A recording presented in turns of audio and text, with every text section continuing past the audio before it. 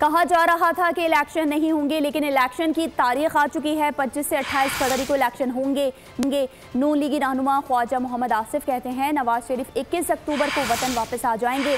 शहबाज शरीफ London कोई पैगाम लेकर नहीं गए थे। अगर ऐसी कोई बात होती तो वो मुल्क से बैठकर भी की जा सकती थी। नहीं होगा, साल बाद होगा, 2 साल बाद होगा। अब तकरीबन तारीख जो है आपको इलेक्शन की मिल रही है, या 25 से 28 को इलेक्शन होगा। मियाँ साहब ने 21 अक्टूबर को आना है। हो सकता है फिर ज़रूरत पड़ जाए हमें जाके वहाँ पर मुशावरत करने की। इंशाअल्लाह ताला वो 21 को आ जाएंगे। अभी भी मीडिया जो है वो स्पेकुलेट कर रहा है जी को हो सकता है वो 21 को ना आए, लेकिन मैं समझता हूँ कि ये एक हतमी तारीख है। बाकी जो है मुस्तकबिल जो अल्लाह ताला के हाथ में होता है, लेकिन इरादा जो है वो पक्का मुसम्मम है कि 21 को, और हम तैयारी भी उस चीज़ की कर रहे हैं। वो बात तो जो है यहाँ में बैठ के कर सकती थी, 2 मिनट लगने से 3 मिनट। सब्सक्राइब करें और बेल दबाएं ताकि कोई खबर रह न जाए।